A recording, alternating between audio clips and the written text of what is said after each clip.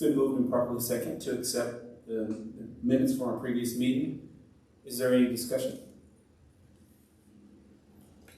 If there's no discussion, we'll move forward with a roll call vote.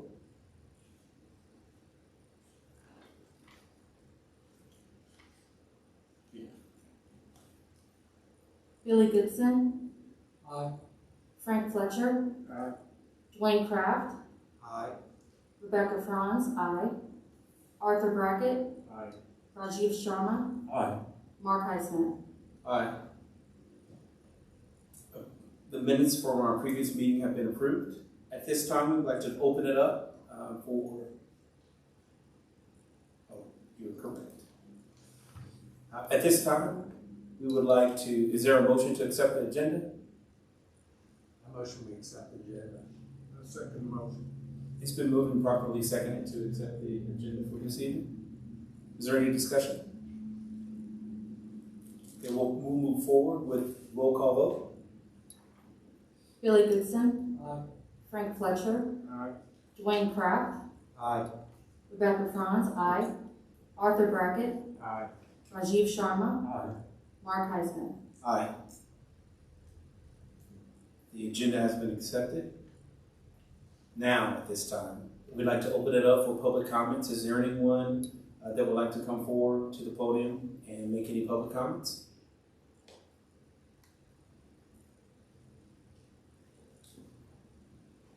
If you could, if you haven't, I think there's a sheet that to get your information, and we'll.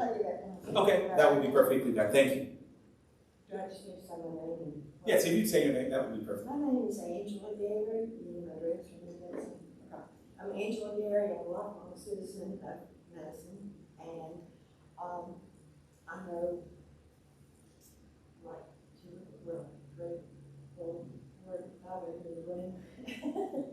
and I know. Well, I'll just call him Kraft. I know this Mr. Kraft, okay. And I know that you're Marc Highsmith because you've been for mayor, but the rest of you, I don't know. So could you give me your names again, please, just so I can put a name and a face together? Billie Goodson. Billie Goodson. Now, I've seen you on comments like on next door, that kind of stuff. Okay. And how long have you lived here, please? Since 2016. Okay. Arthur Brackett, Okay. And you live here about 25 years. 25 years? That makes pretty much over citizen. Right.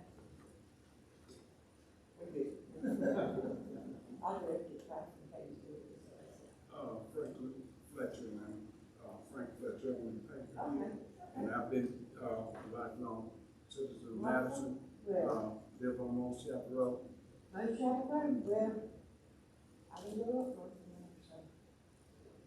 We probably know some of the same people. Of course, I know Megan, I know that Chief Gandy, and I know Councilman Goodson, and, I'm Rajiv Sharma. I'm the Chief of Police Appointee. oh, okay. It's nice to meet you, sir. How long have you been in Madison? Almost 16 years. 16 years, okay. Welcome, and hope you like it as much as the rest of us do. Hi, my name is Franz, District 6, and I've lived here for about almost 12 years. Oh, okay. Well, welcome. Thank you. And thank you all for doing what you are here to do and for being chosen by your council. Thank you very much, and I'll fill out this, and do I just leave it back up here at the end of it? Yes, that would be perfectly fine. Okay. Miss thank Gary, you. I'm do sorry. you have do you have an email address so I can send you the newsletter? If you want, put that on there, and I can send you a newsletter. Okay, thank you very much. You're welcome. Thank you. Thank you, sir. You're welcome. Definitely. Does anyone else have any comments? Okay. If there's no more comments, we'll move into committee reports. I did talk with Curtis from District 1. He's has some family things going on at the current. And I know that Sara also is under the weather currently, so they're not here this evening. With that being said, we'll move on to District 3. Nothing to report. Nothing to report. I'll say something later. Okay. Thanks, Will. We'll move to District 4. Nothing to report at this time. We'll do District 5. Nothing to report. Angela, did you have anything you wanted to share with us, or you were just introducing yourself? No, I'm just, I remember when there was talk at the council meetings in, before last year, before the spring of last year, I've been very, as you know, very involved in council and all that kind of stuff. And then I haven't been, I watched council and stuff on home because of COVID and because of other situations. And I knew that this committee was being formed, and it's not so much that I had questions, I just like to know up front, because I just like to be in the thick of things and know what's going on. So, you know, if I have a question. Well, that's the concept of seeing the neutral community better. Right. So thank you for that. Yeah, well, I mean, I can't complain if I'm involved, I feel like I can. I'm saying, well, you know, I don't know what the Madison Community Police Board is doing if I don't come to it or whatever, so. But thank you for asking that. I have nothing else to share. Just a quick question, Mark. Megan, when did the council actually begin looking at forming the advisory? It was back in 17 or 18, was it? It was about this time last year that it really started to become something that we discussed in work sessions with the city council. And our former chief of police had brought up the concept several different times, and then eventually it just caught on to where the council was ready to move forward with creating it. So yeah, this time last year, I think we were presenting it to the city council at work session, and then starting to write the ordinance for it. So yeah.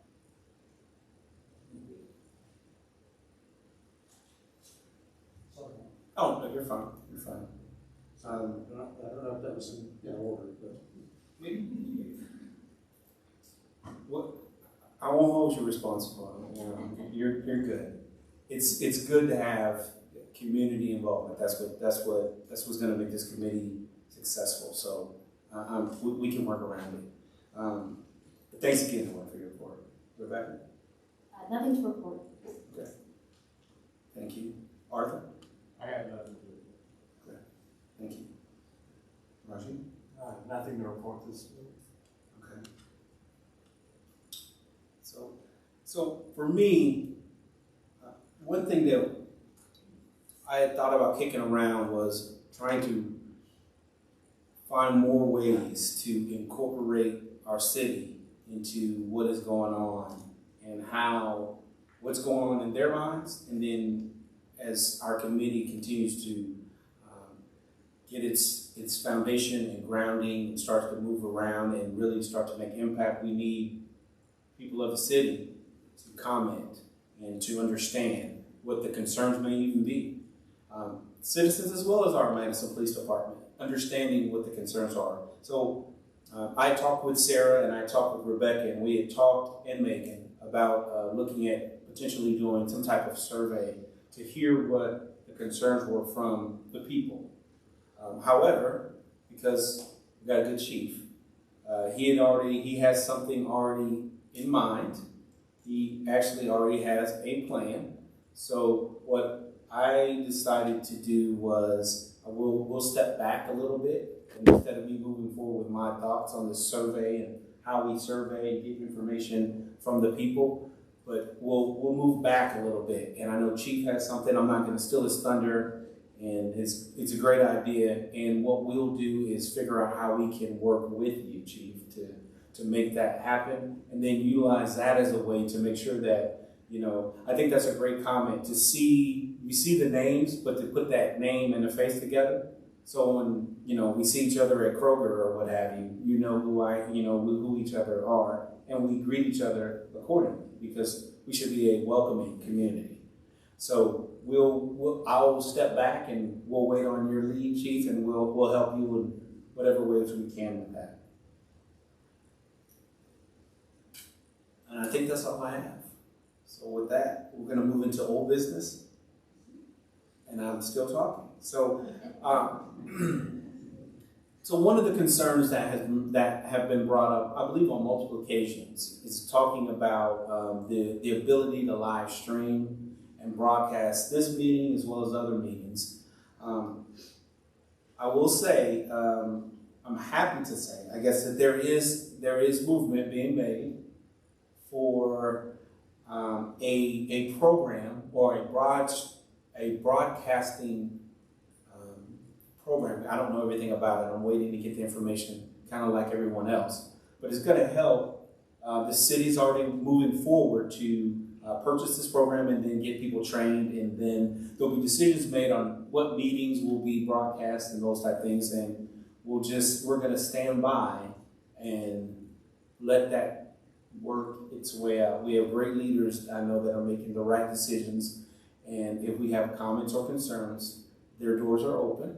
Their email boxes receive email, and we can let them know how we feel. But I think at this point right now, there is a move afoot for something, for a broadcasting platform to be used. I don't know all the details, so I can't answer those questions.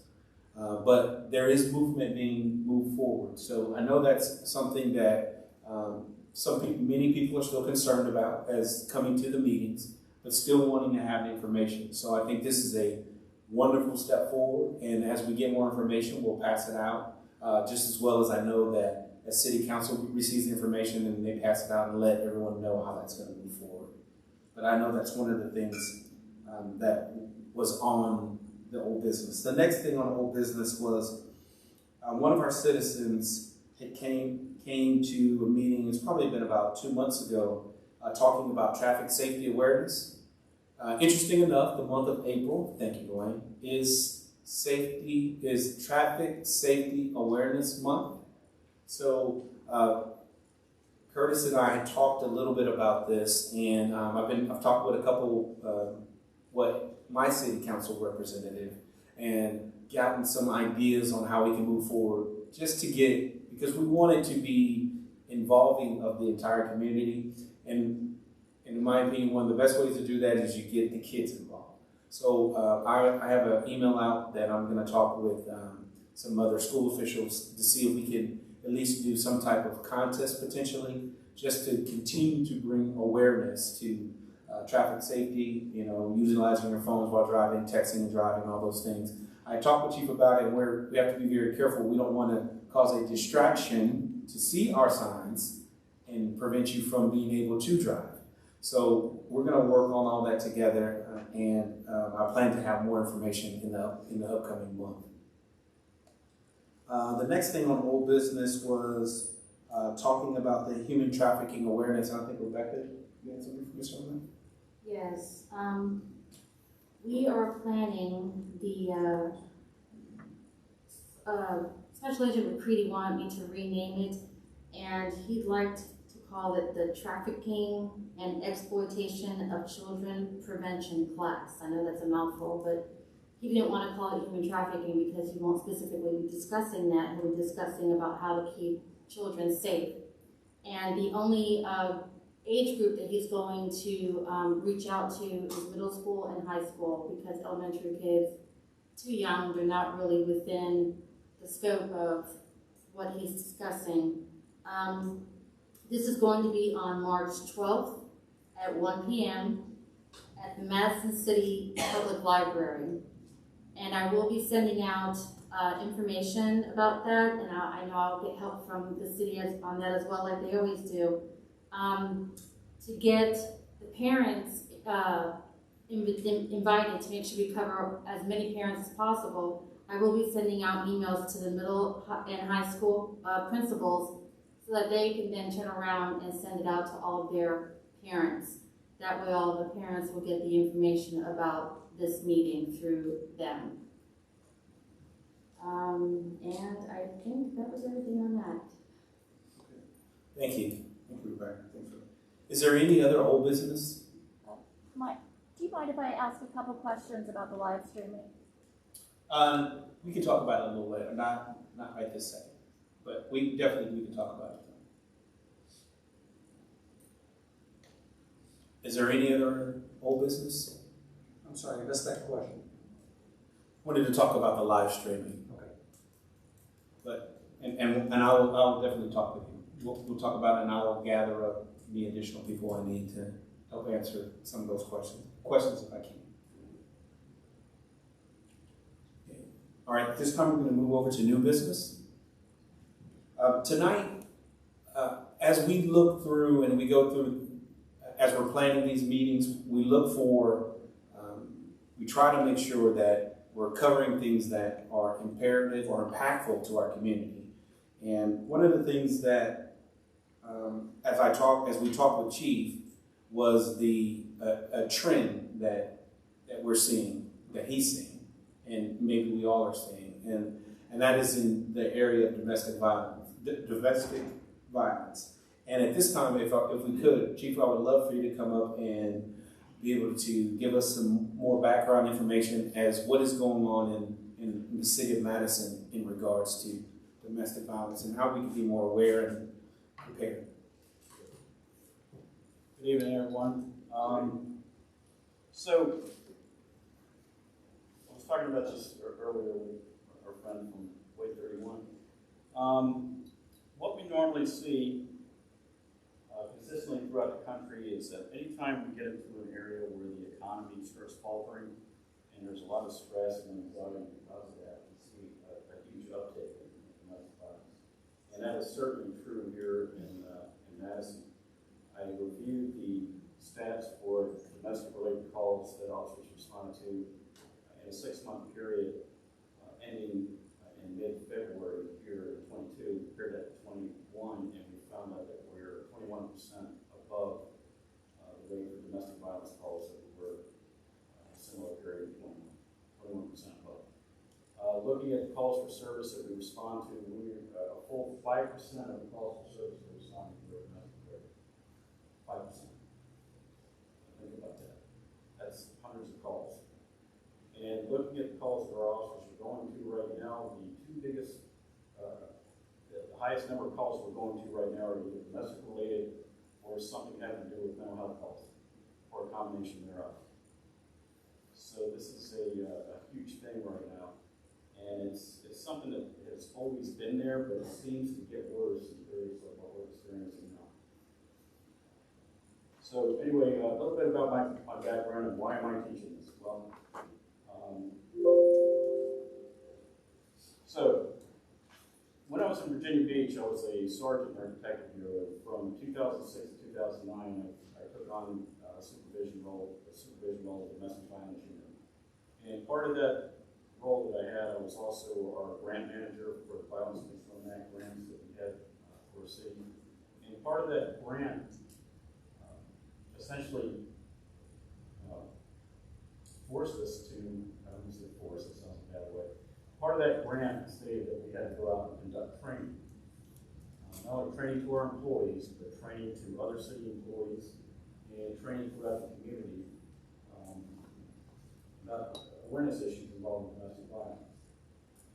And we did a pretty good job over here in Virginia Beach. I had some really great detectives who really did a deep dive into domestic violence issues, some great presentations.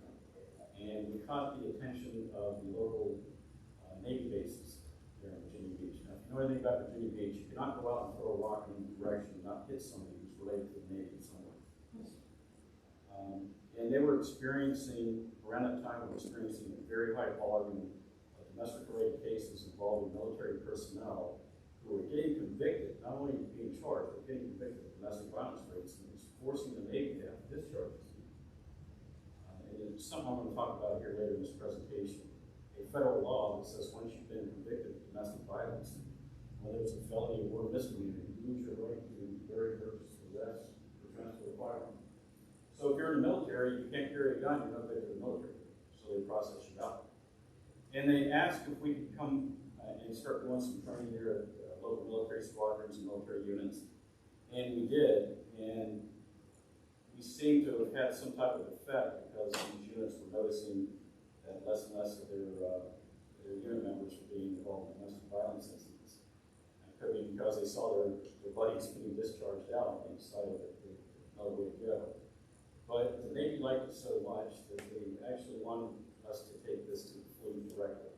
So, 2007, this is the USS Eisenhower, U.S. aircraft carrier, is sitting in the mouth of the Tagus River in Lisbon, Portugal. So I flew with an NCIS agent to Lisbon, Portugal, spent a couple of days there before we boarded the Eisenhower. And the purpose of doing so was that so we could provide domestic violence awareness training to all of the sailors on the Eisenhower. And then fly over sailors from some of the other ships as well for that presentation. In an effort to try to get them to understand that you don't put your hands on your partner. And they were extremely concerned about the number of sailors and Marines that were being discharged because of domestic violence. So after we did our presentation on the Eisenhower, the Navy did a deep dive into the stats and noticed that our presentation was successful because they noticed an over close to 88% drop in the rate of domestic violence from the previous carrier strike group that came back. And the Eisenhower actually was out longer than the previous strike group. They were out for about 8.5 months, and yet we still saw this decrease in domestic violence incidents. And what we did was we eventually came up with a program that we called Scared Straight. And we told these guys exactly what the consequences were if you went out and engaged in domestic violence, you got arrested, and things like that. The Navy liked it so much that they ended up doing a presentation, it's a DVD right here, that I was featured in that went out to every Navy Marine Corps command in the world. And again, once we started showing them the consequences of their action, there was a noticeable drop in domestic violence systems in the Navy. So just all of that to say this, I'm passionate about this topic to this day because I've seen personally the ugliness that takes place in these domestic violence incidents. Can anybody name me one crime at all where you were related to, live with, constantly see your attacker? And that's what's so insidious about domestic violence incidents. More, I think they can't hear you in the mic a little bit. Okay, sorry about that. And that's what makes domestic violence so insidious. You actually live with the person who's committing the crime against you. So, we see a lot of ugly incidents in this job, and some of the ugliest for domestic violence. I'm going to show you some selected pictures here later in this presentation. Not to be exhibitionist about it, but just give you an idea of what things like this look like. So anyway, what exactly is domestic violence? Well, we know that it's a pattern of physically, sexually, or emotionally abusive behaviors. It's essentially used to control an intimate partner, so that the abuser has that ability to control someone else that they live with. I'm going to say he a lot because in over 95% of the times it's a male on a female victim. But that's not to say that females can't be abusers as well. We see that. Domestic violence can include criminal and non-criminal events. Now, what do you mean by that? Well, it may not necessarily be a crime to belittle someone, make them feel subhuman, make them feel worthless just so you can control them. It's ugly, but there's no real law that says you can't do that. So part of domestic violence can be non-criminal. When it comes to physical acts, and I'll go on to those physical acts here in a little bit, that's when you get involved and when you start carrying it to prosecution. So we have specific types of battery. We have physical abuse, and that's what most people are when you think of domestic violence, you think of that actual striking somebody, the wife showing a black eye at work the next day, things like that. But also it can involve sexual abuse. So to give you an example of that, I went to a case where a young lady was married to a sailor. They moved from a very small town in South Dakota, and it was her first time living in the big city. And the husband decided he wanted to spend more time with his shipmates, going out drinking and things like that, kind of left her alone, but also took away the car keys, took away all of her credit cards, took away all the cash, and controlled everything so that she was completely dependent on him, and essentially wouldn't let her leave the apartment. Well, she got tired of this and told him one night she was going to leave, and she moved into the bedroom, next door is a 2-bedroom apartment. So she essentially was just cutting off that relationship and told her she could leave and go back to South Dakota. Well, he happened to be drinking one night with his buddies. And as they were drinking, she could hear the buddies in there talking about the fact that she was a very beautiful young girl. About how it must be a shame being married to somebody that beautiful and you can't even touch your own wife because she doesn't want anything to do with you. And to prove his buddies wrong, he goes, yeah, watch this, and brought his buddies in there while he forced her to have sex with him right in front of his buddies. And then he got up and started slapping high five with his buddies and stuff like that. And she eventually got out of there, told us, we went out and investigated. We had one of our sex crime investigators come out. And interestingly enough, that ship that I showed you, the Eisenhower, he was assigned to the Eisenhower, and this is about 25 years before I went on. And we worked throughout the entire night on that particular case, and that morning there was a change of command ceremony on the Eisenhower. And the new captain of the Eisenhower, the first time he saw this young sailor was me walking up here with 2 NCIS agents to arrest him at that ceremony and take him out of their handcuffs. So it also involves sexual abuse, and that's an example of that. Psychological abuse. Yes, sir. Did the other sailors that were involved with that get arrested? That was something for the Navy to look at. Essentially, they were bystanders, but they didn't take part actively. You know, our prosecutor at that time wasn't thrilled with trying to talk to them. We tried, but the Navy took care of it. So psychological abuse. Constantly belittling somebody, constantly making them feel worthless, constantly reminding them that they depend on you for everything. Imagine living in a relationship like that. I'm going to talk about that here in a little bit, about how oftentimes an abusive relationship, living in an abusive relationship is akin to being a prisoner of war. Because you're dependent completely on that person for everything. Food, water, your clothes. You're kept in a constant state where you never know when the next meeting is going to come. Imagine living like that.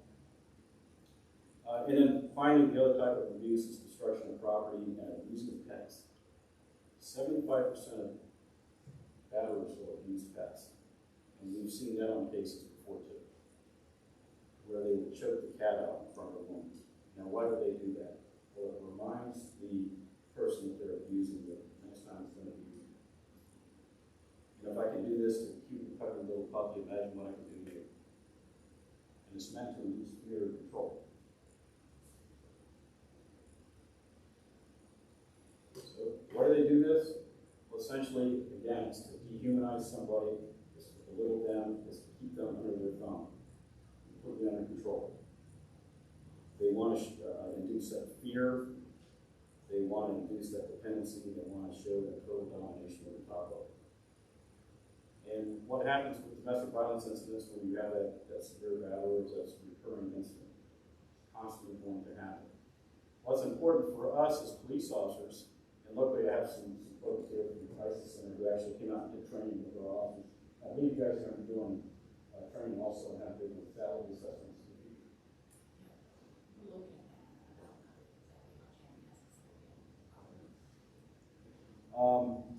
One of the things that we do, if we notice that it's a house that we've been to numerous times for domestic violence incidents, is we get our officers, we're encouraging our officers to do what's known as a lethality assessment.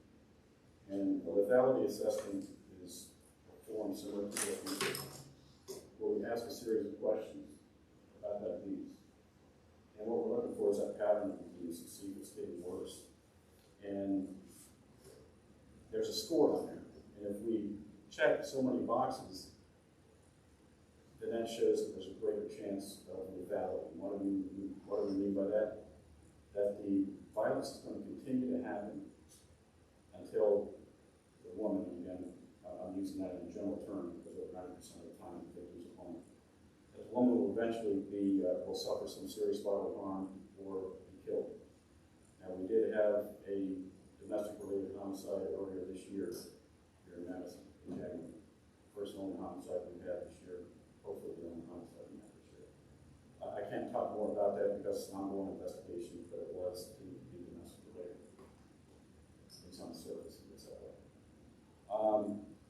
And what we're trying to do with these lethality assessments is that we want to ensure that it doesn't get to the point that we ignore things to the point where that's exactly what we end up with. Somebody who suffers serious bodily harm and death as a result. So just to give you some historical perspectives on domestic violence. Has anybody ever heard of the term rule of thumb? There's some chatter as to whether or not this was an urban legend, but supposedly rule of thumb came from an English common law that stated that a husband could beat his wife with a rod or a stick or a branch that he pulled off of a tree with something no larger than the thickness of their thumb.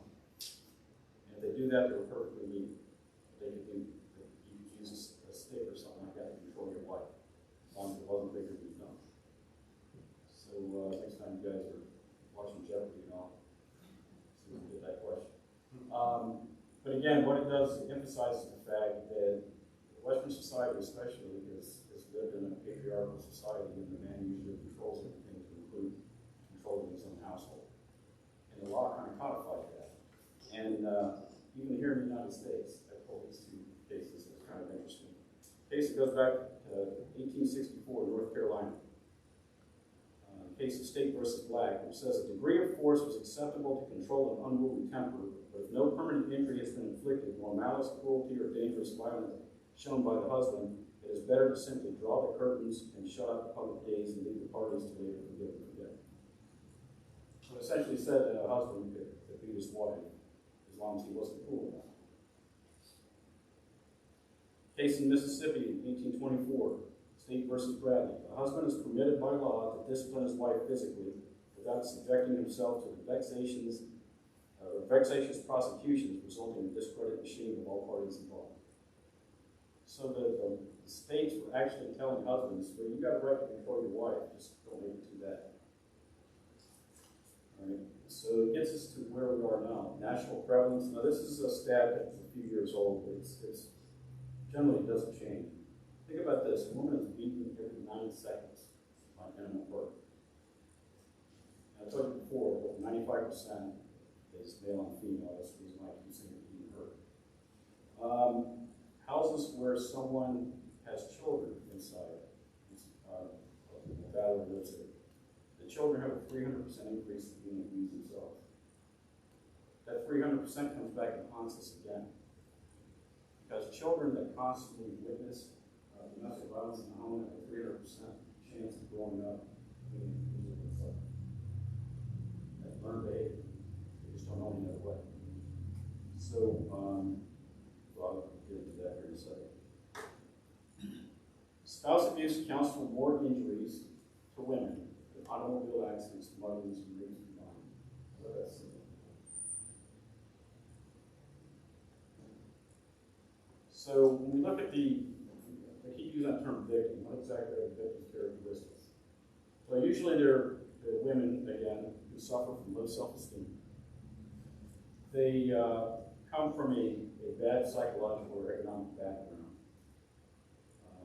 They probably were abused themselves by their own parents, and they tend to move up with a guy who's abusive as well.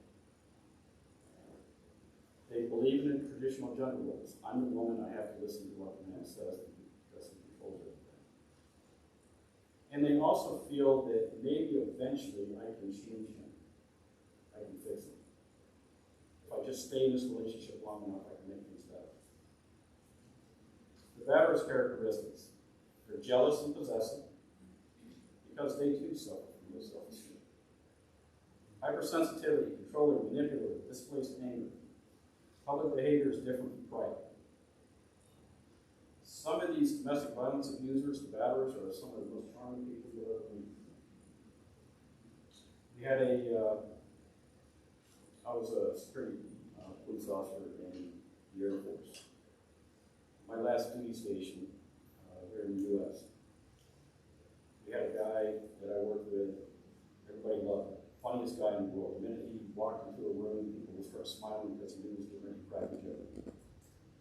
But assigned to our squad was probably the biggest, baddest, toughest canine dog you've ever seen in your life. He was a Rottweiler.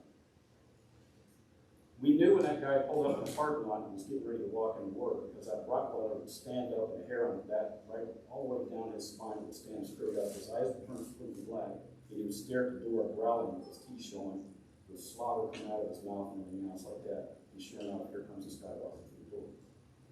And we couldn't figure out why this dog hated this guy. I mean, the guy never did anything to the dog. In fact, he was scared to death of the dog because of the way the dog acted. We got a call one night when he was on leave from an off-base housing area. Didn't realize it was his house till we responded and found the guy in there beating his wife so severely that it broke her ankle as she was trying to crawl away from him. And we ended up discharging him from the Air Force because after that he had a complete mental breakdown. We didn't even recognize the guy. He tried to fight us when we got there and everything else like that. And the dog knew. The dog knew that this guy had this inside him. But if you didn't know this was going on inside the household, you would never suspect it because, again, he was a very funny, charming, outgoing guy. And this is very characteristic of a lot of these abusers. The abuser will be the first one to go over when the police respond, try to convince you that nothing happened. Some of these batterers also have a family background. I told you about that 300% stat about someone who witnesses the abuse becoming an abuser himself. Right? So they learn that behavior from family origin. Now, the guy I just told you about in the Air Force grew up in a coal mining town in West Virginia where the only way out was to do sports, join the military, or essentially die to leave that town. And he chose the military to get out of there. Married his wife when she was 14 or 15. She had no education, completely dependent on this guy. And he would beat her almost every day, which is what she told us. He beat me all the time. But I expected that because his dad did the same thing to his mom, his grandpa did the same thing to his grandmother. That's just the way things are in our town. That's what she told us. In the hospital.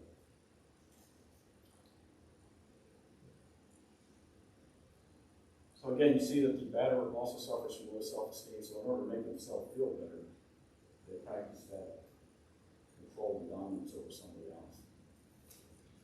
They don't really assert themselves at work or with other people, but they'll assert themselves at home. That's where they're master. Their masculinity feels like they're inadequate.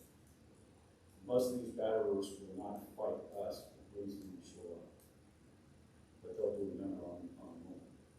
And the minute we move into arrest, I give up. They also don't want to blame themselves for what they're doing. Only I caught a button for you.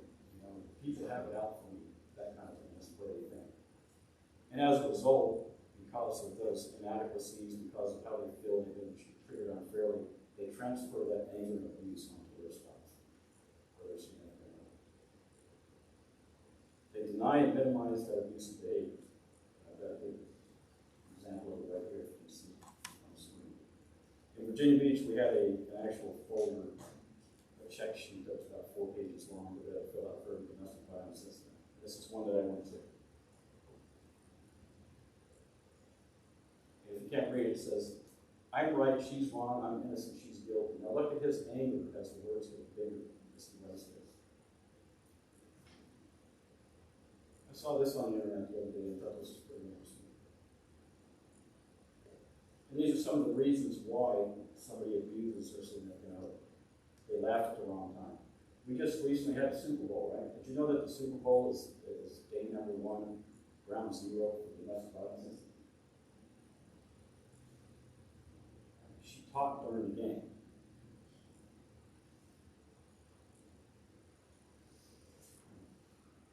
So we ask the question all the time, society does, we do as police officers. Why would somebody want to stay in a situation like that? I talked about that prisoner of war type of dichotomy. They're completely dependent on the person for everything. The serious abuser, again, will do that. They will take the credit cards away. They will take the money away. They will take the car keys away. If they do let the wife out of the house to go get groceries or something like that, they will walk out and actually write down the mileage on the car. Because they know exactly how far it is to the grocery store now. And they'll go back and they'll check it when she gets back. let her be 1 mile off. And the abuse is coming. Where did you go? Who were you seeing? That kind of thing. They're that controlled. So she can't leave. There's nowhere else to go. There actually is, and we have some folks here from Northern Alabama Crisis Center, and they have some great resources for places for people to go if they are in this situation. But oftentimes, they don't know that because they've been completely controlled by the abuser. They'll stay because they feel that it's their duty to stay. They have kids. I can't break up this family at home. I've got to make this work for the kids. So they will take that beating every day for the kids just to keep the family together. They may not have any education or job skills because he's never let her get a job. So what is she going to do if she leaves?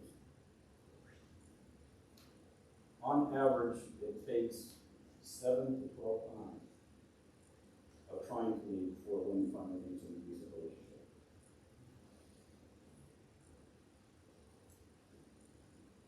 That's what I got here. Also, imagine this. If they've been told how worthless they are for so long, they begin to believe it. They have very low self-esteem. The abuser will constantly tell them, who else is going to want you? You're lucky I'm here. You're lucky I've got you. You're lucky I'm here to take care of you because nobody else will. Look at you, you're pathetic. That's the way the abuser will talk to the woman. And over time, she'll begin to believe it. So we have this thing known as the cycle of violence. This is probably how the domestic violence incidents occur. Phase 1, we have something known as the tension building phase. You may have seen this in movies or TV shows, and hopefully that's where you saw it. You didn't see it real.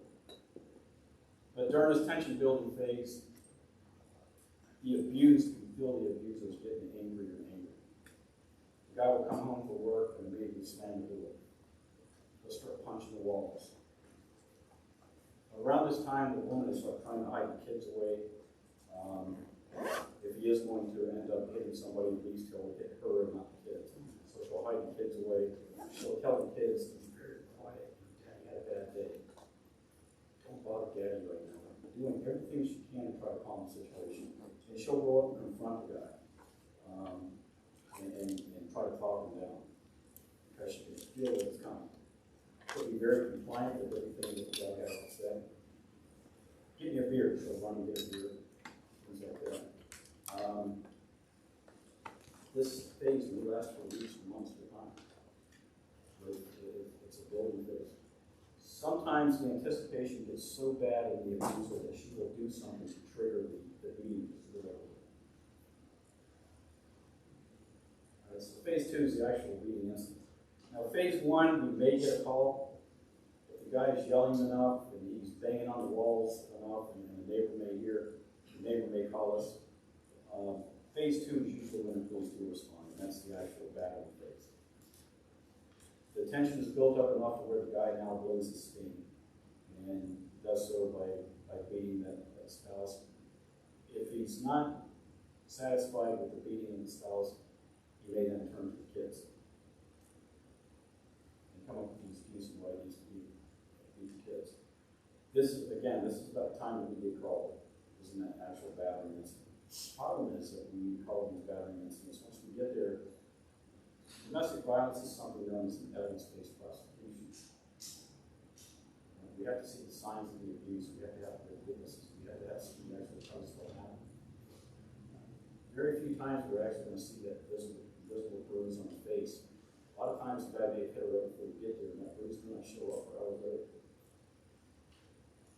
And this is a difficult time for us because she is fearful of this guy, fearful of what would happen if she ends up telling us what happened. What we do in a domestic violence case like this when you investigate is we actually separate the parties. But you don't want to separate it to the point, especially with a serious abuse, to the point where you got her completely hidden away because then he starts becoming very agitated, try to get around you, and because he gets agitated and we keep him from seeing the wife, if we don't have enough to actually arrest him at that time, he's really going to give it to us. So what we try to do is get them to a point where we have their backs to each other, and we where they can see each other from a part of the house, so they can see that she's not, she's not unloading on them, things like that. But we try to talk to the woman and try to get as much information as possible. But it's very difficult, very frustrating in these kinds of investigations, because we know something happened, but they just don't tell us what happened. Unless we've got a fat lip, busted eye, things like that. Unless we have those actual physical types of damage to the woman. We've got good witnesses. It's very difficult to make the rest of the situation. Could you repeat that part again in the microphone? Which part? The It's difficult at this point with these investigations where we know something has happened, but we just don't have the evidence at that point to arrest if we don't have a physical injury that we can see or a good witness telling us what happened. A lot of times we know what happened when we get there, but we just don't have the evidence. So it's frustrating at this point to not be able to make that arrest when we know we've got it. Does the child count as a witness? Yes, it's usually based on it's usually based on something known as a reasonable complaint. And a child can be a witness, but oftentimes the child is scared, and oftentimes in that battery incident, the wife or the woman has hidden the kids away so he won't find them to beat them. So they may hear this. Yeah, they may hear the screaming. Yeah, and sometimes they do become witnesses, but oftentimes it's the man and the woman. We know something's happened, but we just don't have enough. And that's what makes it frustrating. Yes, sir. Thank you. All right. And then phase 3 is known as the honeymoon phase. The beating has happened. He's got it all out of his system, and this is about the time that he comes home with the flowers the next day.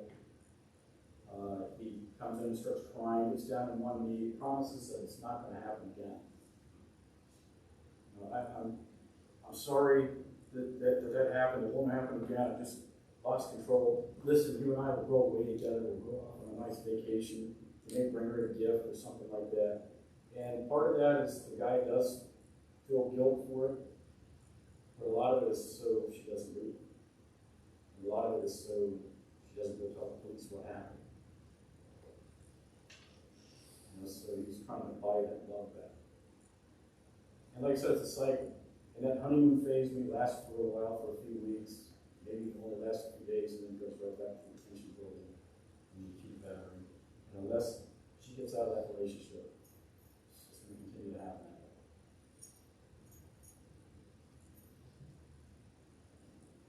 All right, so the next area I want to talk about is the specific laws here in Alabama that's domestic violence.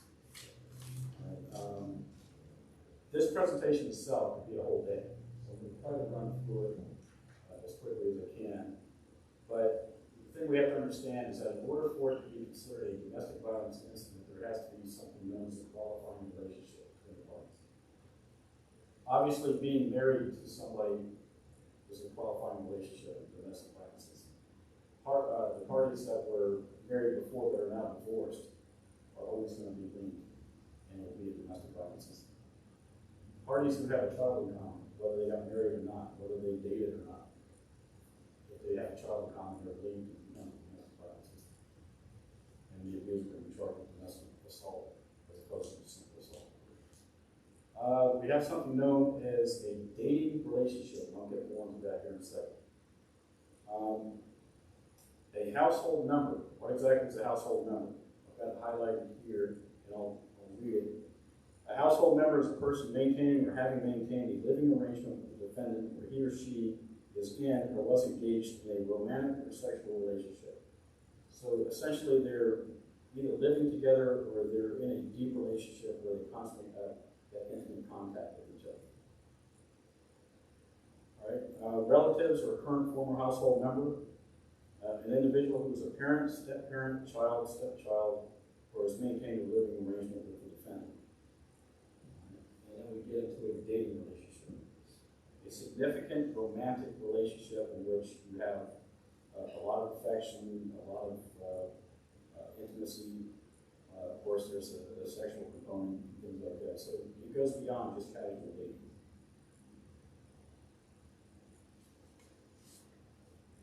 So if we investigate, we're called to when we investigate a domestic violence incident, and we have the evidence available, we are authorizing our Alabama state law to make a warrantless arrest for something we did not witness. This is unique because in most cases under Alabama law for misdemeanor, we cannot arrest unless we actually witness the incident. There are a few exceptions, and one of those is domestic violence incident.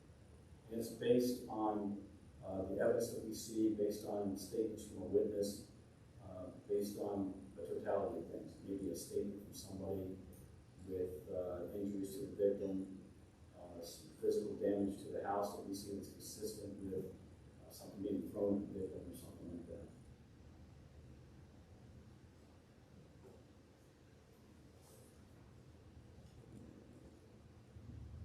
So we look at different types of domestic violence. It's a point of order.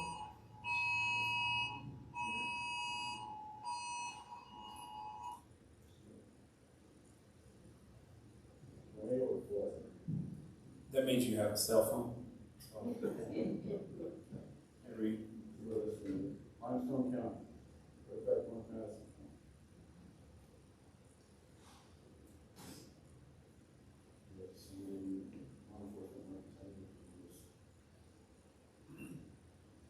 All right, I'll keep talking and hopefully this thing along the way. So assault in first degree. Get into that. Assault in first degree is intent to cause serious physical injury by means of a weapon or deadly instrument, destroy, amputate, or destroy any organ of the body, extreme indifference to human life. Aggravated stalking, intent to place a person in reasonable fear of death or serious bodily harm, and a qualifying relationship exists. So in order for a domestic assault incident to be that top level charge at first degree, the person has to have caused a serious injury, amputated a body part, really injured an organ, maybe it's damaged the kidney or something like that, by punching the kidney or the liver or something. Aggravated stalking is when and I'm going to get into this a little bit more, stalking often accompanies domestic violence incidents. Not only is as the guy, remember this guy has to have total control over him, so if she sees that where she goes, he's going to follow. Aggravating stalking is doing that and also letting the victim know that maybe pulling up next to her at a red light and showing her a gun, doing something to make her feel like he's going to kill her or place her in serious bodily harm. So first degree of aggravated stalking is what's known as a Class A felony. Class A felony is punishable by life imprisonment for a term of 10 to 99 years. They must serve a minimum of 1 year if they're found guilty, and that sentence is going to be doubled if they're under something known as a protective order at the time of the protective order. We have something in Alabama known as Holly's Law. Any domestic violence related incident doubles the defendant's time if found guilty if the crime was committed in the presence of a child under 18 years of age. Right. So imagine that 13-year-old girl is in the house at the time that this happens, and the husband beats the wife and ends up stabbing her. That qualifies as a Holly's Law type of thing. So the sentence is going to be doubled as a result of that. Chief, does that stack? So like in here, where you have double if there was a protection order, so would it double it again if it involved Holly's Law? I'm not sure. So basically, so walking through this, so if you have a domestic assault in first degree, and then there's a protection order, it says it's doubled. So if it was a 1 year sentence, it would be a 2. Then he talked about Holly's Law, which says, hey, if it's in the presence of an under 18-year-old, You doubled it, so is it doubled again, when you go from 2 to 4, It's something always for for sentencing? death or just domestic violence. It's for any violent crime committed by. It also depends if they have priors, it depends on a lot of things, but it can be 10 to 9 or life, so they could get life and then it doesn't matter about yeah, but they would definitely consider it all. So then we have assault in the second degree. Right? In the second degree, it constitutes the intent to cause serious injury to another person, or it does cause serious injury, cause a serious injury with a weapon or deadly instrument, recklessly cause a serious injury. So say that he comes in there and punches her, knocks her onto the bed, and picks up that item first that he bought. Say a lamp or something. He starts swinging the lamp around and busts that. The next time he hits her in the head, he gives her severe laceration. That would be second degree. Excuse me. And that would be a class D felony.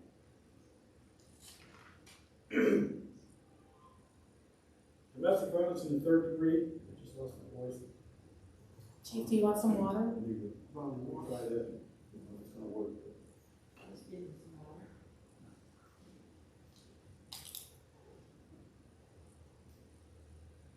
be the tornado. Assault in the third degree is the intent to cause physical injury or recklessly or negligently causing physical injury. So we have domestic violence in the first degree, second degree, and third degree, depending on the injuries involved, the intent of the person. And each of those has a different sentence involved with it. Third degree domestic violence is a class A misdemeanor, and that's not more than 1 year in jail.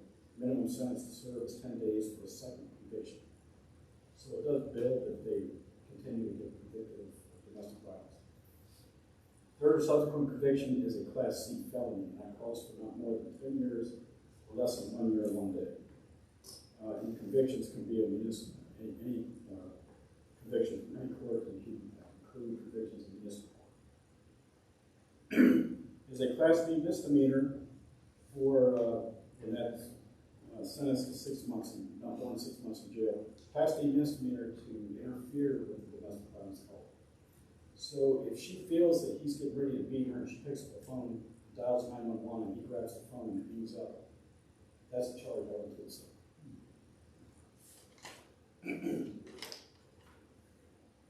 Domestic violence by strangulation and suffocation. All right, strangulation is compression to the neck, the windpipe, or something like that. So think about, you've been so frustrated with somebody, you want to put your hands on their neck and squeeze. Right, that's strangulation, compression. We also have something called suffocation. That's something placing something over the mouth or spraying some type of toxic substance. Virginia Beach law as domestic violence supervisor, we had one of our police officers that had a brand new can of pepper spray, just like I've got here in my dog. Went home, had been drinking. His living girlfriend at the time, was counted under Virginia laws domestic violence, started giving him a hard time about his drinking. She went upstairs, was working at her desk, and I'll never forget this.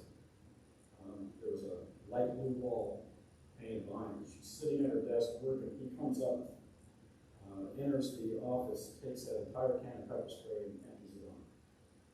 The entire can. I got there and looked at the crime scene. It was like something out of a cartoon. You could see where she was sitting, her outline of her body right there on that light blue wall, and the rest of it was all orange where the pepper spray was sprayed over.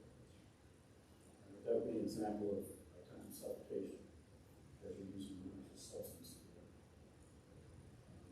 try to cut off the air. Either strangulation or suffocation is a class 2 felony in order to give you the sentence for a class 2 felony. If found guilty. I'm going to show you some pictures here in a little bit, and I'll show you some of the evidence we look for of officer strangulation case. All right, so the next thing we have to do in a domestic violence system is we have to determine what's known as a predominant aggressor. As I said, the term predominant, not primary. It used to be something known as a primary aggressor. The first one to lay hands on somebody would be the one to get arrested for domestic violence. And we have to disabuse our officers from using that term, because a lot of officers still use the term primary aggressor. predominant aggressor. So let me give you an example of this. The wife is arguing with the husband wants to leave, the wife says, no, we need to talk about this, he calls her a bad name, she slaps him. If the incident stopped right there, she would be the predominant aggressor. But what happens if the husband turns around and punches her in the face now and knocks a tooth out? Yeah, she hit him first, the primary aggressor. The predominant aggressor is, all she did was slap him, he responded by punching her and doing damage to her face. That makes him the predominant aggressor. So we're looking for the person that is most culpable in causing injury or actually doing the most amount of violence during those types of incidents. Because oftentimes in a domestic violence case, we'll get there and both parties have actually laid hands on each other. What we're looking for is the party that does the most damage. Right, so she may have slapped him a couple of times. He punches her and grabs her by the hair and drags her around the house. Clearly, he would be the predominant aggressor. Now, this adds to the difficulty of doing these domestic violence incidents, because a lot of times we'll get there, he'll have scratches on him, she'll have bruises on her. We have to determine who the predominant aggressor is. And I'm going to show you some pictures here in a little bit that helps us do that, because some of those injuries can tell us a different story. Alabama does not have a mandatory arrest law for domestic violence like many other states. If we determine a predominant aggressor, state law says that we may arrest. It doesn't say shall. Most states say shall. If you feel that strongly about it, then I would strongly encourage you to talk to your state representative about getting all that changed. Because studies have shown with mandatory arrest policies, domestic violence rates drop.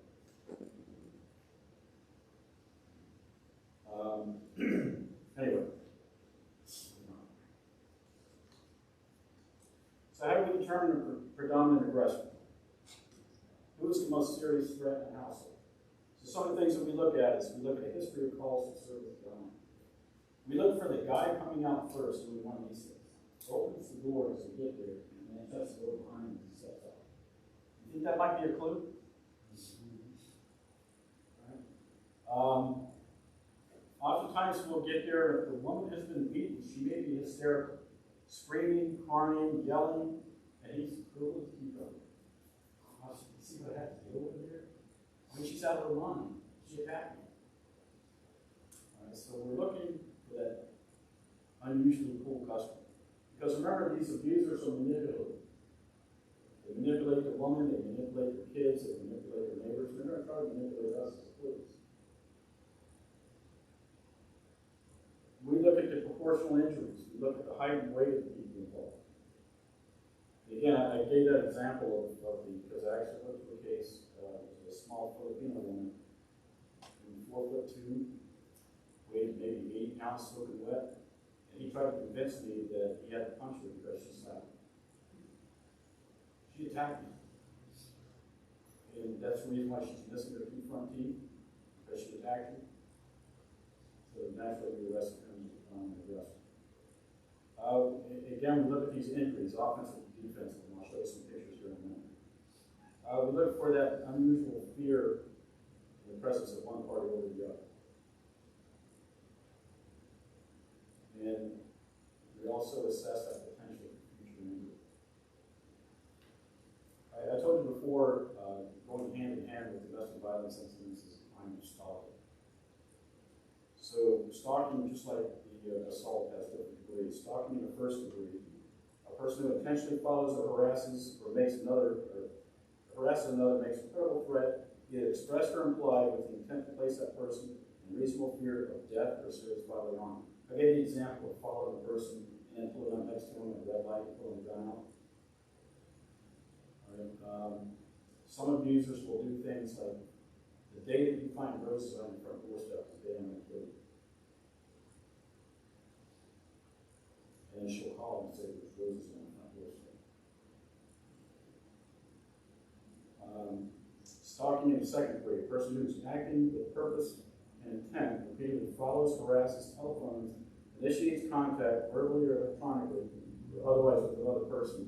Oftentimes these folks will be under a protective order and they can't have any contact with that person. So what they'll do is they'll go through a buddy of theirs or a mutual friend or something and have contact. And if they do, he passes this message on to her, especially if it's some type of menacing thing. Tell her for me that when I see her again, I'm gonna knock her teeth out. Causes material harm to the mental or emotional health of another person, so he's doing it to reduce fear. That's exactly what stalking is, it's to reduce fear. And this is something that was written into the code for a specific reason, at her employment or business. So oftentimes these abusers will show up where the woman works and start a fight with them, or start some kind of trouble with them, hoping that they'll get fired. Because maybe he's done that before, he's called 1,000,000 times, he's shown up there, and her employer has told him, next time you bring your personal business into the workplace, you might as well leave. You're no longer working here. And he knows that, so he's going to call for it. So that's covered now under the stalking code of 7.3. And that's a fast speed misdemeanor. We'll talk about the sentence for that. They can be enhanced and aggravated if the perpetrator is under correct protective order at the time. All right, so we'll talk about protective orders. Protective orders are orders from the court that tell one party essentially the specific stipulations, stay away from the other party. It's usually time limited, 24 hours, 72 hours, something like that. You can't have any kind of contact with them whatsoever. There's also something known as a restraining order. Oftentimes what will happen is a guy will be arrested for domestic violence, and they go to bond out. And when they go to bond out, the judge will tell them, now, as part of your bond, you are not to have any contact with them. I'm placing you on a restraining order that you're supposed to stay away from your wife for the next 24 to 72 hours. No phone calls, no letters, no emails, no contact. Right? And that will be considered a protective restraining order.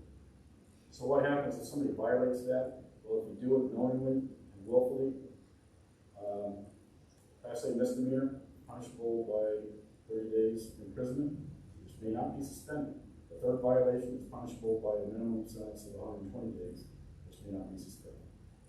And if we know of the presence of one of those protective orders, again, we can make an arrest based on that. Term form protective orders. Oftentimes, somebody who has left the abuser will move out of state. They'll move to where their family may live, where their friends may live. They may have a new job opportunity or something like that. And a court order was issued in another state that's still in effect when they move here to Alabama. So what happens? If somebody moves here from Virginia, and they're under something known as a permanent protective order, which is good for 1 year in Virginia, or what I call it permanent. Good for 1 year. It's one of those laws. And she moves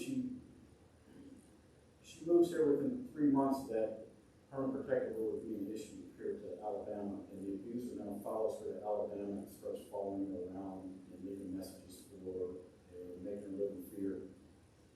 You don't have to go get a whole new protective order here in Alabama because the one protective order, the one in Virginia, is already in place, and Alabama will give full faith and credit to that foreign protective order. Stipulations that are there. And what they'll often do is, when the case comes to court, they'll take the stipulations of that foreign protective order and issue one here in Alabama as well that mirrors what that foreign protective order is. But it still allows us to make an arrest, even if they have not in court here in Alabama. Would the prosecution happen in Alabama or Virginia? It happened where the crime takes place.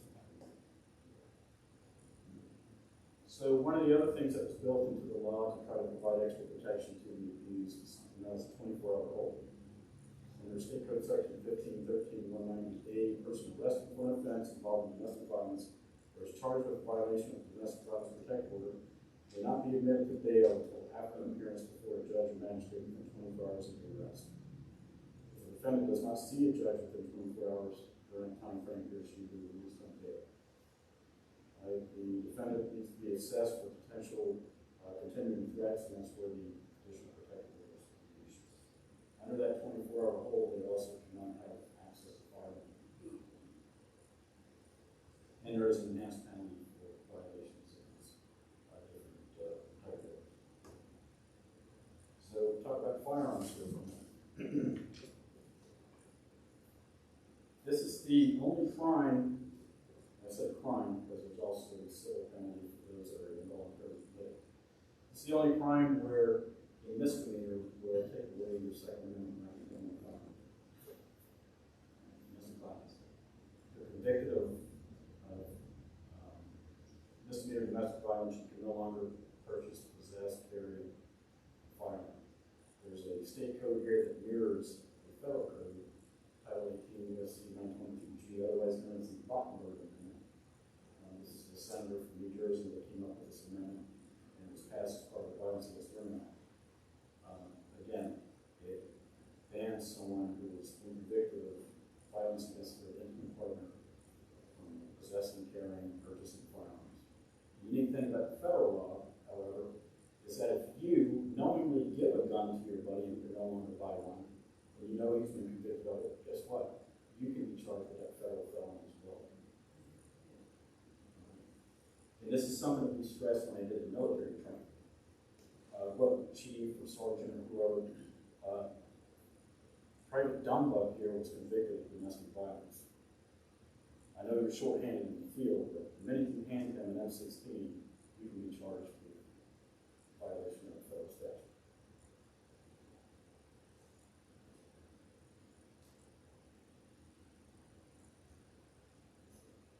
So the law here in Alabama also requires that the police, or law enforcement officers, I say police in general, it also covers the sheriff's departments and all that. Any domestic violence case that we go to, we have to provide the victim with information on assistance. We have to let them know about the criminal procedure, which is what I just outlined here, and also talk about victims' rights. So some of these things, availability of crisis and emergency services, availability of victims' compensation funds.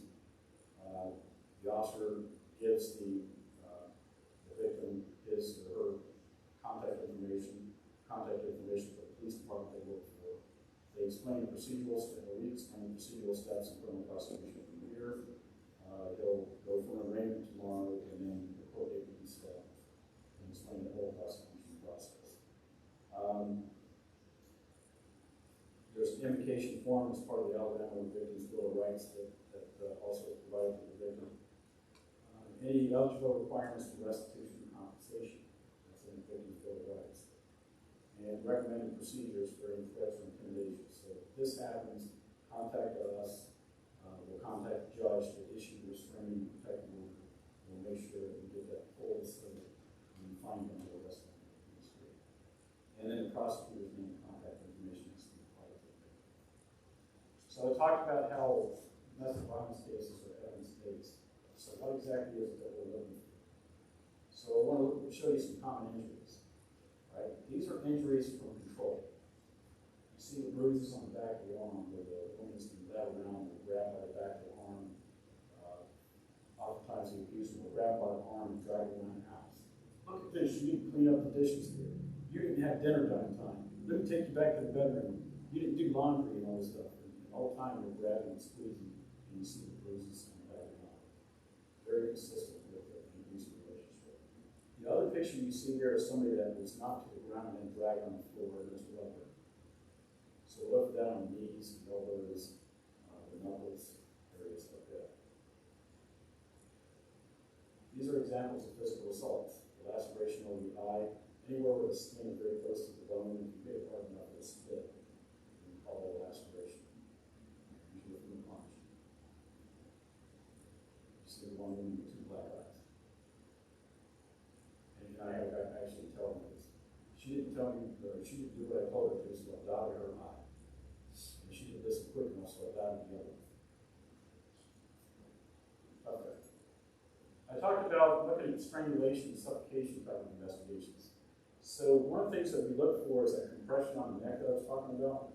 So if they're wearing a necklace, you see the mark on the back of the neck from the necklace. So that was the necklace being pushed into the neck while there was compression applied to that neck.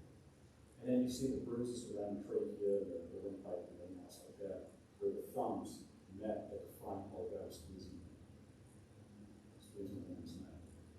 Oftentimes, if the oxygen has been cut off for a sufficient amount of time, you have what's known as petechial hemorrhaging in the eyes in juncture of the eyes. The juncture is right above your eyes. What happens when oxygen is cut off for a significant amount of time, the capillaries in the eyes will burst and will get red with the lights. And again, evidence-based prosecution, you also see what she was saying about. So domestic violence doesn't have to be the husband on the woman. I told you sometimes the woman can be the abuser. This is a case of child abuse. Child abuse is also part of domestic violence. Using unwarranted violence against your kids, domestic violence. In this particular case, you see the young boy here on the left. This is an actual case I went to. Those marks were caused by the mom taking the cord to the vacuum cleaner and whipping it multiple times because he wasn't listening. The second picture that you see is a young girl who got punched in the mouth. And you see where the teeth have been broken. They oftentimes, with both adults and juveniles, will ask to look at the inside of the lips because if the inside of the lips pressed up against the teeth, you'll get that red mark that you see, that dark red mark. The lip is pressed against the teeth, and the teeth jab into the lip, cause the bleeding continues. So these are both females, the mother of these children, that decided that this is how they handed out discipline and punishment for their kids. So I talked about that predominant aggressor. How do we determine the predominant aggressor of this? Well, you'll see on the very left, that picture are two bite marks. Why would a guy have two bite marks on a forearm? And that's the first thing the guy said, by the way. Look at where she bit me. What do you think he was doing? Arm over the top, go like that, and hold her in a headlock, and the only way she could defend herself was to bite him. Squeezing him like that. One guy said that look at where she scratched me on the neck. Well, that's because you were holding her like this, and you were trying to strangle her, and she reached out and the only thing she could grab was the back of your neck, and that's what caused those scratches. As she's trying to defend herself. You see the one guy with a big chunk bitten out of his cheek? That was a guy that had his wife, grabbed his wife in a bear hug like this. It was squeezing her so bad that she couldn't breathe. She did the only thing she could. Reached up and bit him on the cheek and took that chunk out of her. And then he tried to say, look what she did to me. And of course, we always look at the hands. You see the swollen hands and marks on the nose. And these are the types of things that we look for when we're trying to determine the dominant aggressor. We also look for any weapons that may be used. It's a little hard to see, but the red aluminum baseball bat has blood and also skin transference on it. The middle picture is a cane. You can't really see it, but that cane also has blood around the middle. You see little red spots on it. The guy tried to hide that cane in his car before we got there. And we noticed that she had marks that looked like she was struck by some type of rock or something like that. And the cane had those little holes in it because it had the adjustable thing. You could actually see what the mark was. She had a big bruise right there with holes in it that matched perfectly with the cane. And then one guy tried to beat his wife with a shovel. She was able to get to her car to try to drive off. And he started hitting the car with a shovel trying to get into it. You see the shovel at the windshield. The scene also helps us tell a story. So we pull up to the house, you see, the first thing we see is him throwing all of the clothes on the front lawn. I talked also about how the abuser will destroy property as well as assault the pets. You see where he's dragged all her clothes here in the middle of the floor and poured bleach on. So she doesn't have anything to wear, so she can't leave. Next scene right here, the woman is trying to secrete herself in the back bedroom, and you see the door that he punched a hole through. One of the Jack Jefferson, the shiny type things. So to get to the door and unlock it, get in there. And the first thing he did was pick her up and throw her into that stereo cabinet. The next picture, you see a woman try to secrete herself in that room where the door's been kicked and the door frame's busted. So these are the things we're also going to look for in the house. What is it that's not adding up here? It seems like something occurred. And we're going to look for these types of things.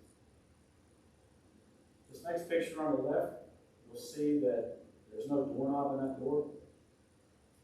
And going to interview her later on, she admitted that she tried to run and hide and would lock herself in a bedroom or a bathroom or something like that to avoid beating. And he went through the house and took all the doorknobs off, so she couldn't do it. So we get there and he's trying to tell us nothing happened, nothing happened. We walked through there and noticed that there were no doorknobs on any doors. We got her outside, she told us why there were no doorknobs. And that matched the story of him being, having this history of abuse. The next one you see right there, that door jam is where a woman was trying to hide in the bathroom. He beat her in the bathroom and dragged her out of there, and that was her bloody hands trying to grab the edge of the door so he wouldn't drag her to the bedroom, where he eventually committed marital rape on her. And these scenes tell us a story that helped us determine the dominant question that happened. Even if she is unwilling or unable to tell us what happened, we can start asking our own questions by looking at what the scenes tell us.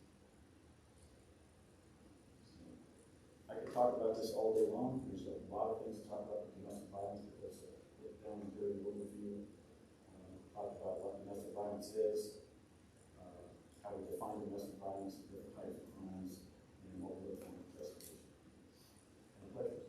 Chief, I grew up in a hardcore Irish New York family. And my father was drunk and he was physically abusive. But back then, hey, John just drinks a little bit too much. Don't worry about that. It's a family secret. We don't talk about that. And you see that to some degree in the military as well. Do you see the same thing now with certain religious groups or ethnic groups want to keep it all inside and not discuss it? Yeah, absolutely. One of the things we're doing, not only we're working with the crisis center, but we're also working with Ashley Curran. Ashley Curran is helping us reach underserved communities, especially the communities where people speak little or no English, so we can get the message out to them about how to receive services and all that. And getting back to what we talked about, certain cultures will accept that. Certain cultures around the country, or excuse me, around the world, are very male-centered.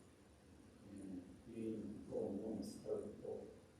And yes, there are cultures and institutions that make excuses. But he's fine when he's not drinking. But he drinks all the time. That's not a lesson. He's not otherwise good person. Let's have him come to the church and preach it. So yes, it does happen. Luckily, we're getting more and more enlightened now. And churches are actually the ones that are providing shelter to the women in contact with these.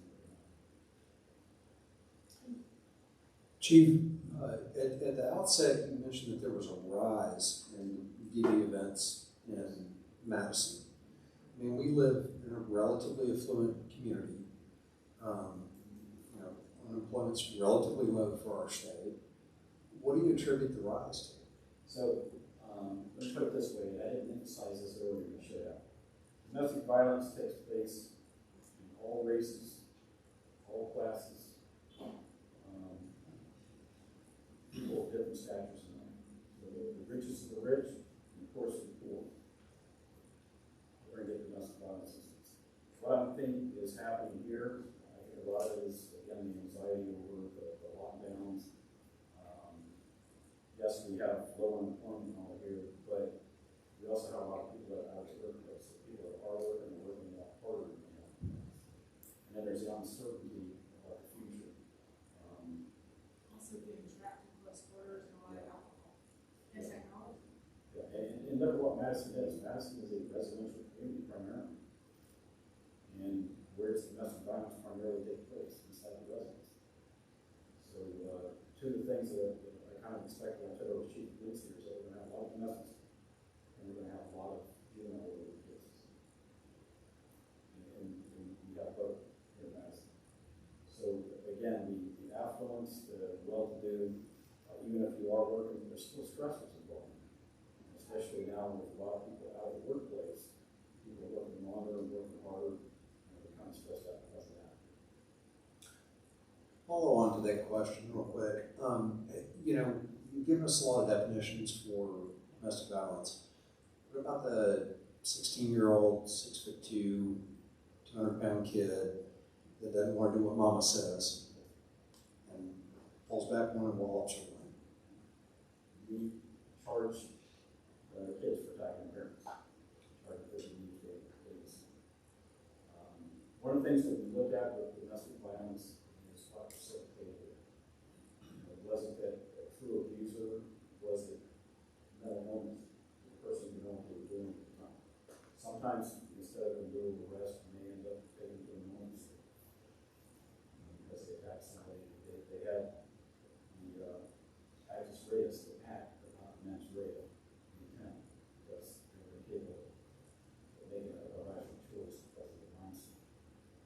But yeah, if a kid knowingly attacks a parent, they're going to be charged too. That's domestic violence. You're living in that residence with a family member. Domestic violence is primarily family-related crime. Chief, in a situation where you have, let's say, a 15 or 16-year-old who commits domestic violence, generally what is going to be the run of events that happens? I mean, they're going to get charged, but there seems to be a reluctance to hold them in a criminal-type facility like a jail. Where do they get released to? Well, like I said, we go through the Reeves Davis Juvenile Center. Kind of get a little off topic, but with juveniles, usually it's their track record, what type of threat they may pose to something else like that. That's going to determine how long they're dead, how tough the juvenile story. With the past, looks like how violent they are, how violent they've been, or the potential for future violences. Now, I talked before about the crisis and Yes. I can be here for 4 hours. I'm Rachel, and I'm a domestic violence responder. I'll stay right with you because I'm right up your mouth. I'm a domestic violence responder with Crisis Services in North Alabama, and I've been a responder about 4 or 5 years, but I've been a coordinator for the last year. My predecessor moved to Arizona to work for the FBI. We partner with Madison PD. We are taping, and it's very hard to hear on that end of the room. With I was wondering why you were sitting way over there alone. Again, I've been a domestic violence responder for about 4 or 5 years, coordinator for a year.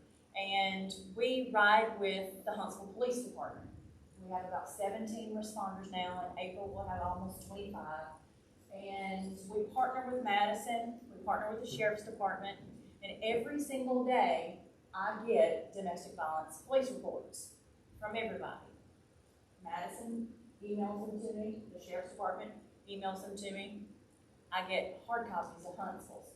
And every month I record about 250 to 260-ish, plus or give or take some, that we actually call. So all of our responders come in. I have about 6 or 7 responders who come in 1 day a week, and we make an attempt to call a victim of domestic violence. We see so much, and I'll hit on the teenagers real quick and knock it off that subject. Over the last 3 or 4 months, there has been such a horrible increase with the youth. It's been horrible, attacking mothers, attacking grandparents, because grandparents are raising the kids. They grow up seeing it. It has become such a problem in our area, more so in the county.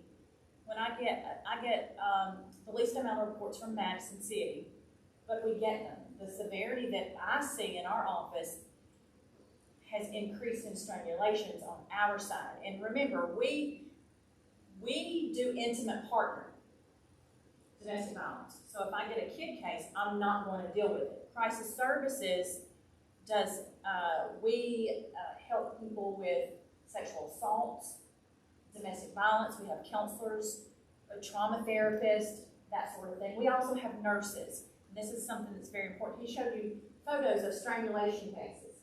Sometimes, especially on African American, he's gonna show up, but he's not necessarily gonna see on skin color that they're marks. We actually have equipment at Crisis Services where a nurse has a special light, and she can see thumbprints that you can't even see on a white person. So it makes it so it's so important for someone who has been strangled to report the offense and to go to crisis services. If you go to the hospital, they're probably 99.9% of the time going to ship you over to crisis services because that's where the forensic nurses are in Madison County. They're trained and designed, the equipment is designed to help us.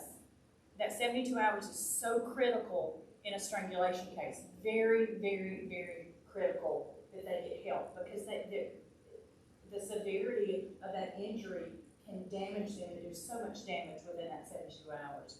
But anyway, we do ride with the police officers, and it's amazing the difference with victims when we are on site. A police officer can be standing. This can be a police officer, and he's a victim. And instead of turning around talking to that police officer, that victim is going to talk to me all day long. We'll answer that police officer's question, being that close, but have eyes on me. Even hold me.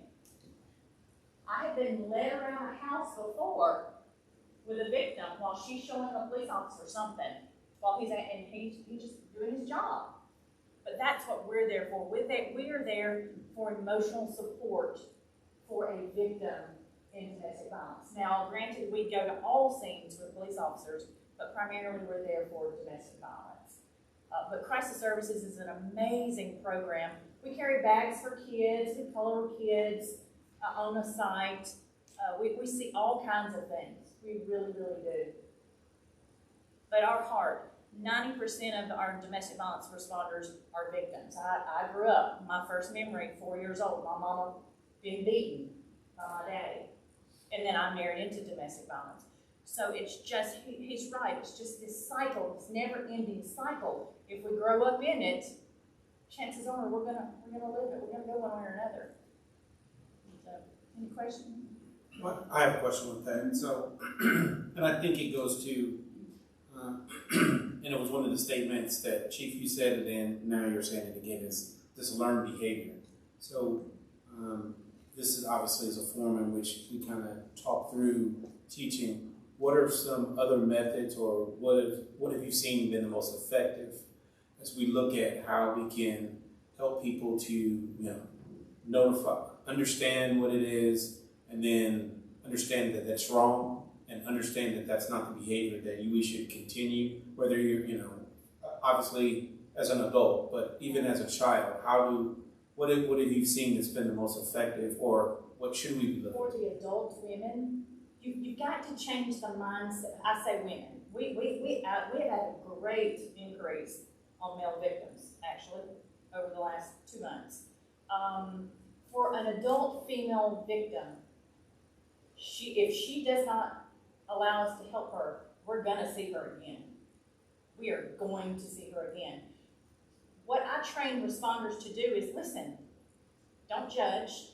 You will never, not 1 minute, be judged by a domestic violence responder, because we have lived it. Those police officers are going to go back, whether they go back 5 times, 7 times, or 15 times. Sometimes those officers know that house number. They know how many rooms is in that house. They know every aspect of that house. They know your nickname. They've been there so many times. But until that woman or that victim is prepared to leave and understands that process, she's not going to leave. Just to know that, hey, I'm sorry you're going through this, but I'm here for you if you need me. We don't say when, although we know it's a win, but I'm here. And we open up the avenue and that platform for her to not be afraid to call back. Here, that's what needs to happen. I need you to know, I need you to know, I need you to know that not if, but when that happens again, we're here for you.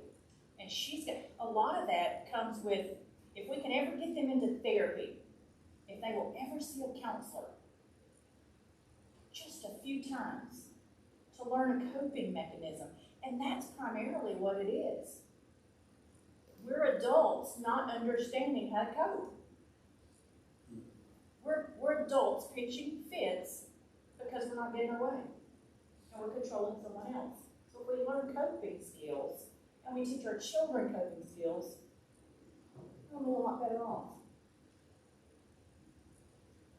A lot of it's also the awareness, awareness seminars, things like this. Yes. To let them know that they're not alone. This is something not unique to you. It happens to a lot of people. And to understand exactly what it is that they're experiencing. Do something like this. And I know when I was going to Steel Corporation, chainsaws.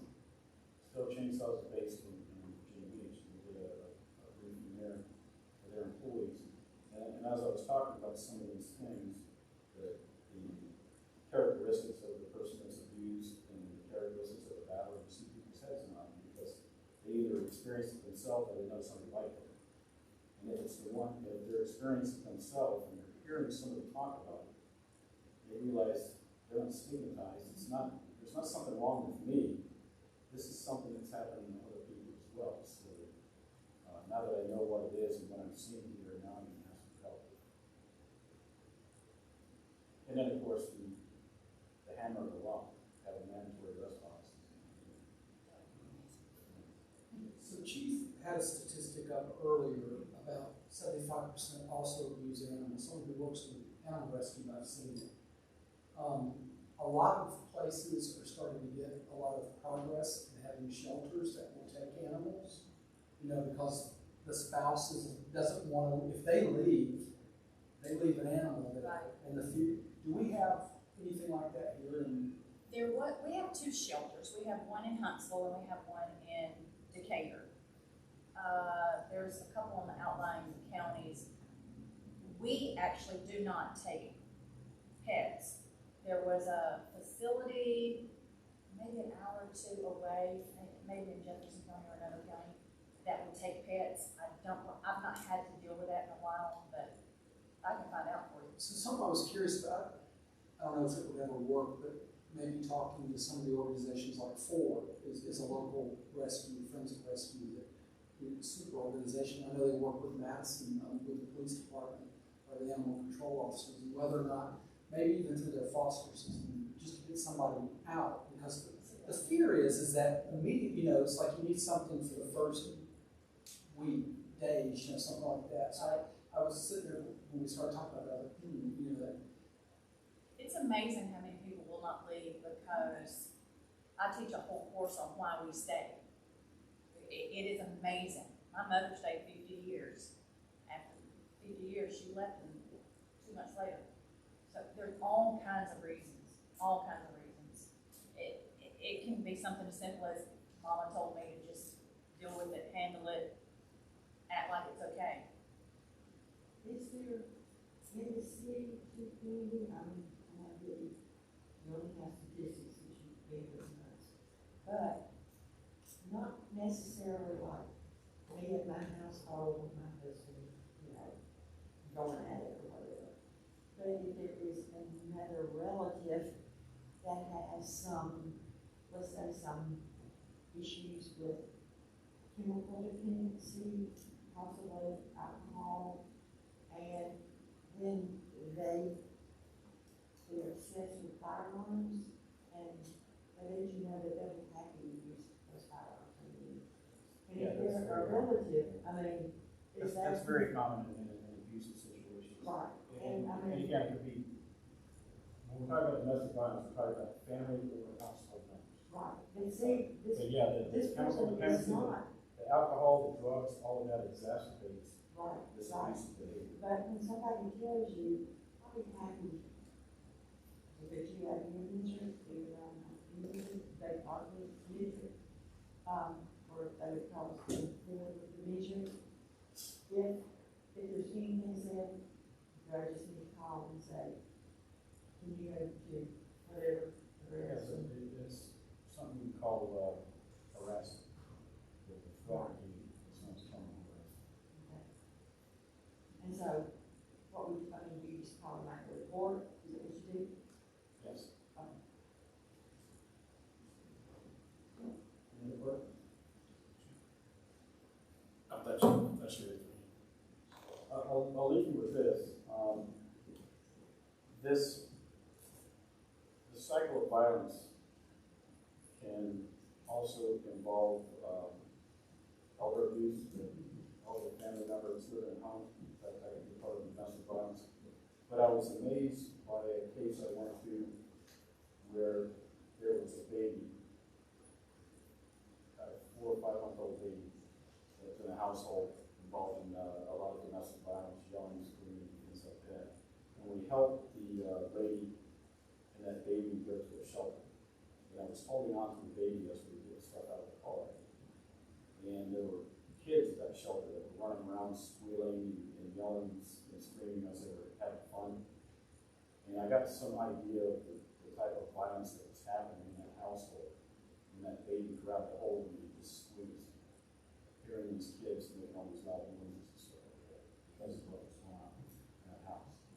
And it just kind of illustrates how insidious this type of crime is and why it's important for us to get the message out to advertise the services that are available.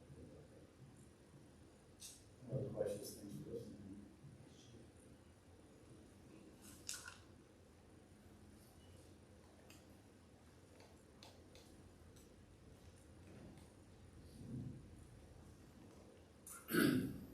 Thanks, Chief, again. We appreciate you coming out, and thanks for our other guests as well that came in tonight to help provide information and just oversight and continuing to push the message out how important this is and how critical this topic is, even in our town in our city of Madison. So it's everywhere, and we just have to make sure we do what we can to do our part. With that being said, the next meeting will be the 22nd of March. I know I've messed this up before. The 4th Tuesday of every month will be our next scheduled meeting. I have a topic, but I need, before I release it, I need to talk to a couple people first.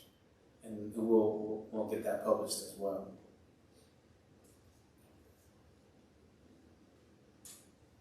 Is there a motion for adjournment? Actually, You have a question? yeah, for next meeting, one of the elements that we're missing here is the impact that this has on our police officers.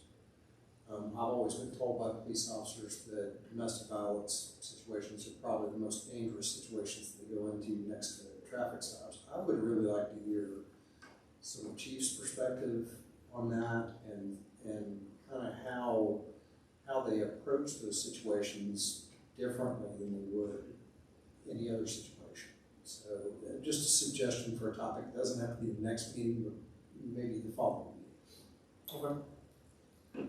I don't know if I did say, and I'm not just going to shut up, but, and I don't even know, Chief, if this is, they don't have this equipment, but I have a cousin who is a police officer in, close to, Santa Rosa Beach, Florida, and he went to a domestic violence call, and he was the first one at the door.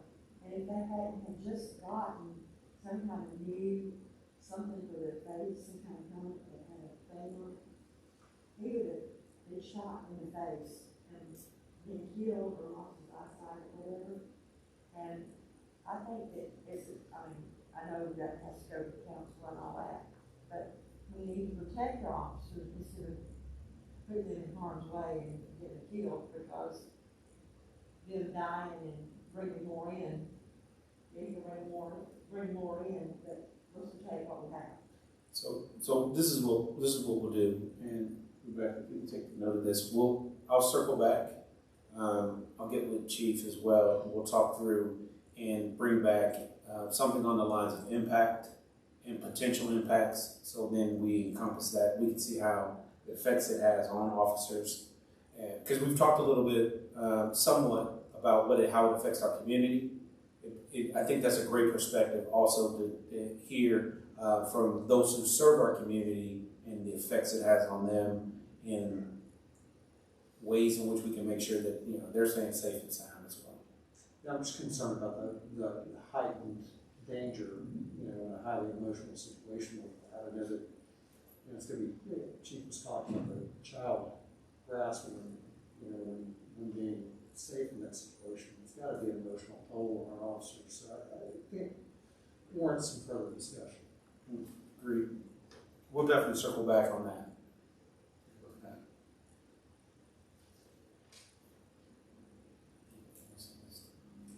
A motion for adjournment? Second. It's been moved and properly second to adjourn the meeting. We'll all those. Is there any discussion? All those in favor we're going to do voice vote. All those in favor? Aye. Aye. All those opposed? Meeting is adjourned. Gentlemen, before you leave, could y'all sign the minutes? Yeah.